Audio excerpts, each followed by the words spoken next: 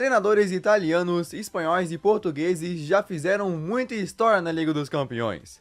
Mas e os treinadores brasileiros? Então nesse vídeo vamos ver 3 técnicos brasileiros que treinaram clubes europeus e disputaram o maior torneio de clubes. Vamos ver como chegaram, as partidas, desempenho e muito mais. Começando com um técnico que muita gente nem lembra, mas já treinou 2 gigantes da Itália, o Leonardo. Como meio-campo, esse cara teve uma carreira vitoriosa, pendurando chuteiras no Milan. Aí logo que saiu dos gramados, começou a trabalhar nos bastidores do clube. Até que com a saída do Ancelotti, em 2009 ele ganhou a chance de treinar o time como técnico principal. O Leonardo nem tinha ainda aquele curso da UEFA, mas deram uma chance e comandou o Milan de Ronaldinho, Seedorf, Pirlo e Pato. Imagina a responsabilidade de treinar um time desse tamanho. Aí quando começou a temporada, muita gente achou que ele não ia dar conta, porque começaram perdendo e empatando alguns jogos. Mas logo o Milan do Leonardo começou a jogar bem, ganhando várias partidas e subindo na tabela. Só que o problema é que naquela temporada tinha nada menos que a Inter de José Mourinho, que tirou a chance deles ganharem o campeonato. Agora o pior foi na Copa da Itália, porque acabaram perdendo para o Udinese e foram eliminados.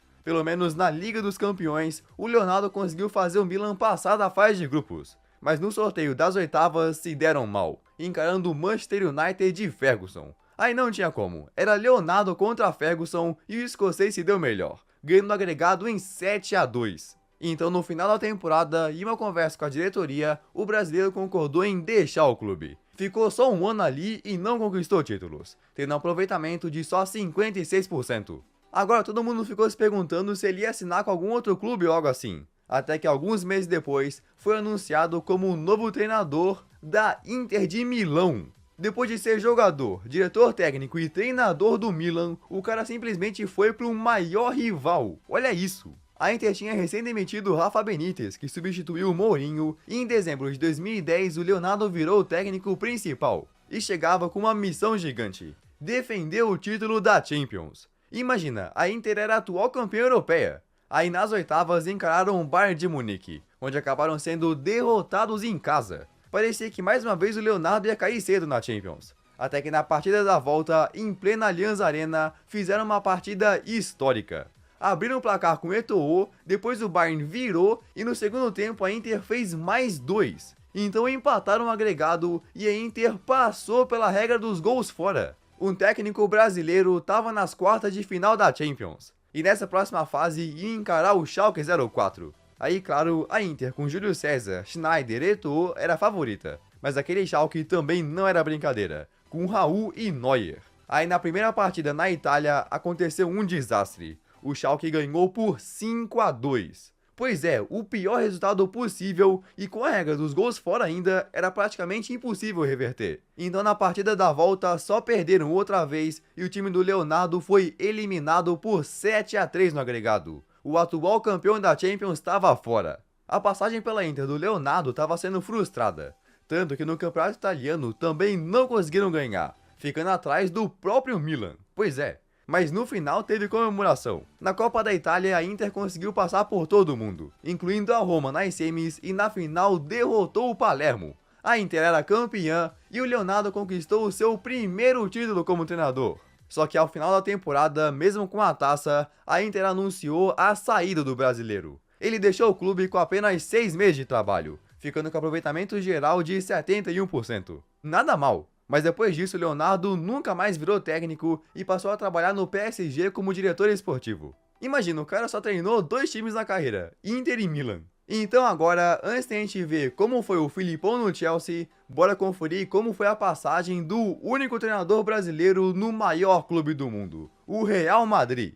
Em toda a história, o Real nunca teve um treinador brasileiro. Até que na virada de 2004 para 2005, um novo técnico foi anunciado: Vanderlei Luxemburgo. Naquela temporada, o Real Madrid estava passando por problemas. O Luxemburgo era o terceiro que contratavam e chegava com um baita desafio. Aquele era o Real Madrid de Roberto Carlos, Zidane, Figo, Raul, David Beckham e o Ronaldo Fenômeno. Um elenco gigante. E o Luxemburgo também era muito experiente. Tinha vários títulos na carreira, era o atual campeão brasileiro e já tinha comandado a seleção. O Roberto Carlos até falou: o Vanderlei vai trazer um verdadeiro futebol pro Real. A sua estreia foi logo no dia 5 de janeiro de 2005 contra a Real Sociedad, onde os Galácticos ganharam, com o primeiro gol marcado pelo Ronaldo. Mas logo veio o primeiro baque. Nas oitavas de final da Copa do Rei, o Real Madrid foi encarar o Real Valladolid e empataram fora de casa em 0-0. Agora tinha o jogo da volta e até começaram ganhando, mas tomaram um gol de empate. E o pior é que valia a regra dos gols fora, então os Galácticos foram eliminados. Mas tudo bem, o foco da temporada não era a Copa do Rei, e sim a Liga dos Campeões. E o Luxemburgo ia fazer sua estreia logo nas oitavas de final. Esse era um dos maiores desafios de sua carreira. O time que ia enfrentar era nada menos que a Juventus, que contava com Ibrahimovic, Del Piero, Pavel Nedved e Buffon. Então os dois times foram pro jogo de ida no Santiago Bernabéu e o Real jogou bem. Teve bola no travessão e no primeiro tempo ainda Beckham cruza e Helguera cabeceia para abrir o placar. O Real fez 1-0 e não deixou a Juve marcar, então os Galácticos ganharam a partida da ida. Aí na volta na Itália, o jogo foi muito equilibrado e ninguém estava conseguindo marcar. O Real estava se encaminhando para a classificação. Até que aos 29 do segundo tempo, o Luxemburgo cometeu um dos maiores erros de sua carreira. Substituiu ninguém menos que o Zidane. Tirou o francês para colocar o Guti no lugar. Essa substituição deu tão errada que literalmente um minuto depois, aos 30 do segundo tempo, veio o resultado. A Juventus atacou e Trezeguet empatou. Foi só tirar o Zidane que o Real sofreu empate. Então a partida foi para prorrogação, o fenômeno ainda foi expulso e aos 116 minutos, com chute de fora da área, a Juventus vira. 2-0 na volta e o Real Madrid era eliminado da Champions. Cara, a última vez que o Real tinha caído na primeira partida do mata-mata tinha sido 6 anos antes. E o pior é que, além de caírem fora, o Luxemburgo também perdeu um pouco da confiança de alguma das estrelas do time. O Zidane falou pro Luxa que ele não conhecia o futebol europeu e não devia ter substituído ele. O negócio foi sério. Pelo menos no Campeonato Espanhol, ele fez o Real Madrid jogar bem, chegando a ter uma sequência de 7 vitórias seguidas. Mas o problema é que também tinha o Barcelona de Ronaldinho, que terminou o campeonato com só 4 pontinhos na frente. Por pouco não ganha o espanhol. Então acabou a temporada com o Real não conquistando nenhum título. Mas calma que a passagem do Luxemburgo no Real não tinha chegado ao fim. Tinha contrato por mais tempo e continuou para a próxima temporada. Aí na janela de transferências o Luxemburgo trouxe caras como o Júlio Baptista e o Robinho. Mas a chegada mais marcante foi dele, do jovem Sérgio Ramos do Sevilha. E foi o Luxemburgo um dos primeiros treinadores a colocar ele como zagueiro, já que jogava mais como lateral. Aí foram para a nova temporada 2005-2006 e o Real Madrid começou mal, perdendo 2 jogos do Campeonato Espanhol e na fase de grupos da Champions tomou 3-0 do Lyon. Pois é, mas depois disso o time melhorou e voltou a ganhar. Até que em novembro de 2005 chegou o El Clásico, um Real Madrid e Barcelona com Ronaldo de um lado, Ronaldinho do outro e muitas lendas. Aí em pleno Bernabéu quem brilhou foi o Ronaldinho, que provou ser o melhor do mundo. No segundo tempo ele meteu 2 golaços, driblando a zaga do Real e até sendo aplaudido pela torcida madridista no Bernabéu, um dia histórico. Então somando esses, com um gol de Eto'o no primeiro tempo, o Barcelona ganhou por 3-0, um verdadeiro baile. Agora o cargo do Luxemburgo já estava meio instável e na partida seguinte foram jogar a Champions contra o Lyon e empataram no Bernabéu. Aí para completar a sequência, contra a Real Sociedad fora de casa, outro empate. Nesse momento, o Real se encontrava em 6º lugar no campeonato, 6 pontos atrás do Barcelona. Mas a gota d'água foi no dia 3 de dezembro de 2005. Naquele dia, o Real de Luxemburgo foi encarar o Getafe no Bernabéu e marcou um gol com o Ronaldo no primeiro tempo. Até aí tudo bem, mas nos minutos finais, o Luxemburgo decidiu tirar o Ronaldo para colocar um volante, deixando o time mais defensivo. No fim, o Real ganhou por 1-0. Mas o lance de tirar o Ronaldo e deixar o time mais defensivo não agradou nem a torcida e nem o presidente Florentino Pérez. Então no corredor, no final do jogo, os dois acabaram discutindo. Não, porque se tirou o Ronaldo? Eu falei, pô, tava ganhando o jogo. Com um jogador a menos eu queria era ganhar porque nós estamos encostando no Barcelona. Não, mas aqui no Real Madrid nós temos que pensar, porque eles pagam para ver espetáculo e ver jogo de futebol. Eu falei, mas eu quero ganhar jogo. Aí começou aquela discussão, aí vai pra lá, vai pra cá. Eu falei, presidente, deixa eu falar um negócio pro senhor, não vem pra cá, porque se for lá no Brasil me contratou, pô. Então eu vou fazer aquilo que eu achar que tem que fazer. E tá todo mundo aqui. Ele não falou mais nada. Foi embora. Eu também fui embora. No dia seguinte eu estava despedido. Então Luxemburgo deixou o Real Madrid em dezembro de 2005 com 45 jogos, 28 vitórias, 7 empates e 10 derrotas. Aproveitamento total de 67,4% e nenhum título conquistado.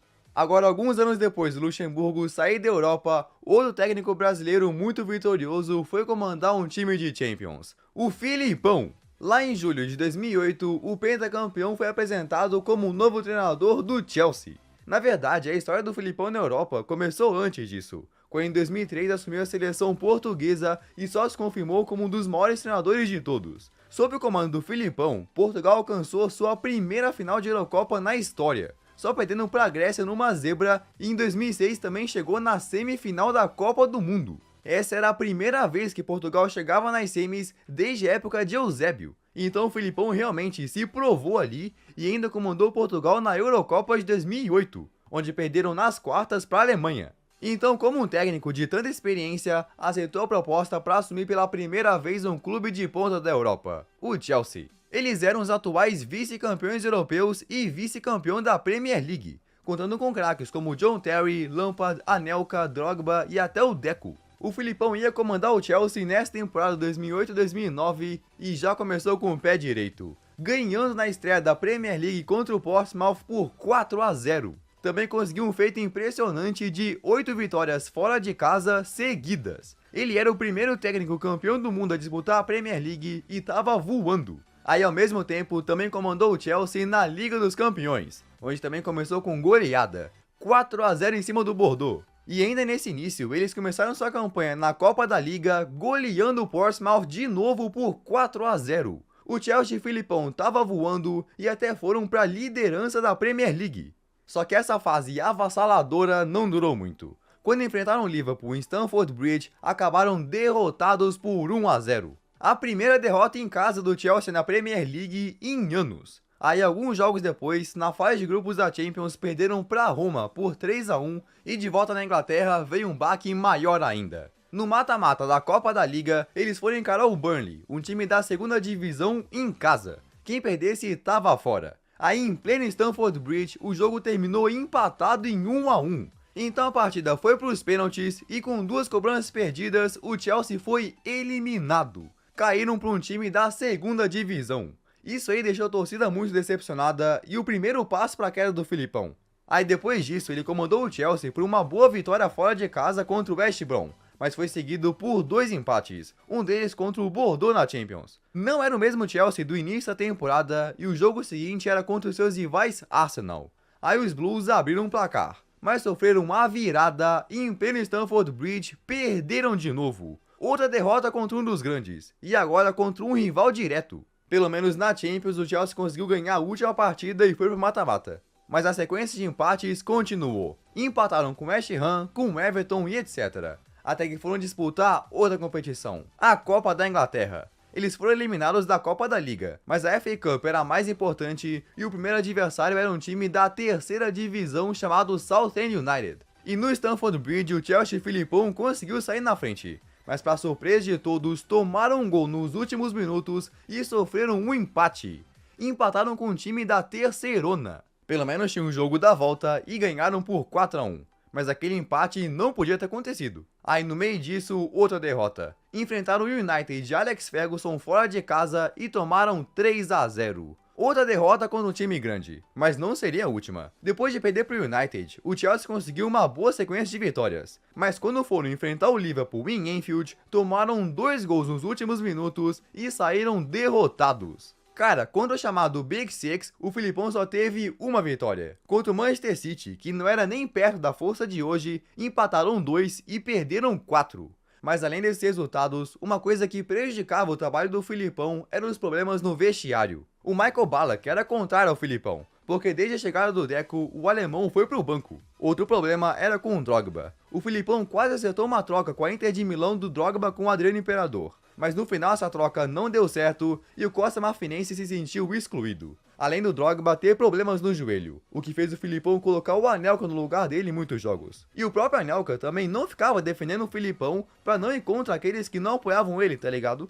Mas a gota d'água pra diretoria foi no dia 7 de fevereiro de 2009, quando o Chelsea foi enfrentar o Hull City em casa e empataram em 0-0, deixando o Chelsea em quarto lugar na liga. Então, com outro empate, a diretoria decidiu colocar um fim nessa história e 8 meses depois de chegar no Chelsea, o Filipão foi demitido. Ele foi mandado embora antes que pudesse jogar um mata-mata da Champions e o Chelsea foi assumido por um técnico interino. Eles realmente tiveram um bom começo, mas depois decaíram. Então, em 36 partidas disputadas, o Chelsea de Scolari teve 20 vitórias, 11 empates e 5 derrotas. Aproveitamento de 65,7%. Ah, e além desse que a gente falou, existem outros brasileiros que também treinaram europeus, como o Silvinho no Lyon em 2019, Ricardo Gomes, que comandou o Mônaco e Bordeaux, e até o Parreira, que foi o treinador do Valência. Mas precisaria ficar para uma parte 2. E como tanto o Filipão quanto o Luxemburgo treinaram a seleção brasileira, nesse vídeo eu mostro como foi a passagem de cada um dos últimos 10 técnicos do Brasil, de 98 até o Dorival Júnior. Acho que tu vai curtir. Então beleza, valeu e tchau!